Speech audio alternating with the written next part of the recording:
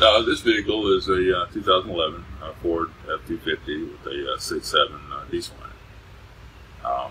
My customer came in and said he had an oil leak.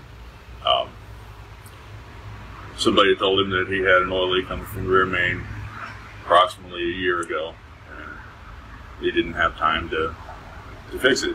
Didn't have time or resources, whatever. But it's leaking all over his driveway. His wife wasn't too happy about it, so now he's going to down the truck and have it fixed right. First thing we want to do is make sure that we isolate the right oil leak. The vehicle was pretty much covered, the whole bottom of it was covered with oil.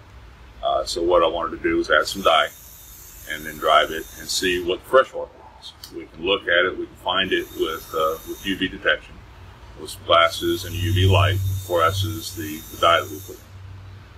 I found some leak coming from the front of the engine on the top, comes from the vacuum pump. So we squared that away first.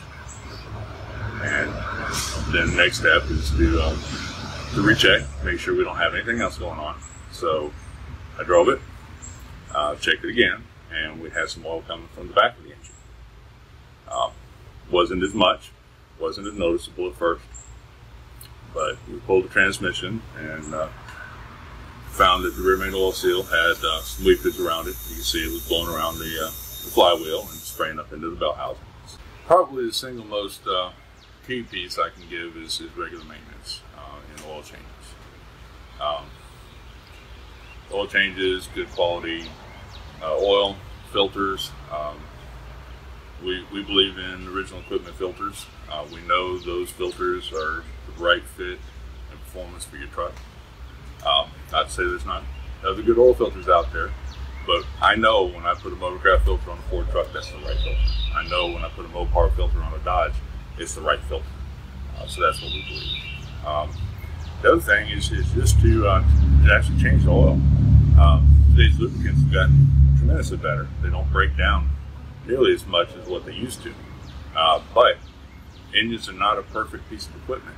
The entire time the engine's running, there's a certain amount of oil that's lubricated on the cylinder walls. And there's a certain amount of exhaust and byproducts that go past the rings in the crankcase.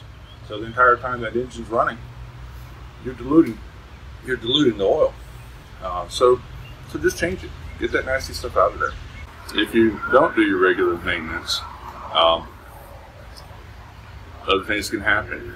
In this particular case, I believe that if the oil had been changed, that the gaskets may not have dried out quite so quickly, and we may not be in this position.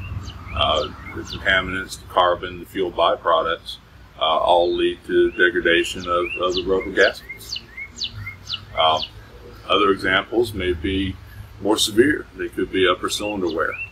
The less that oil can lubricate, the more wear that's going to happen. And with these expensive vehicles and expensive repairs, oil changes are cheap.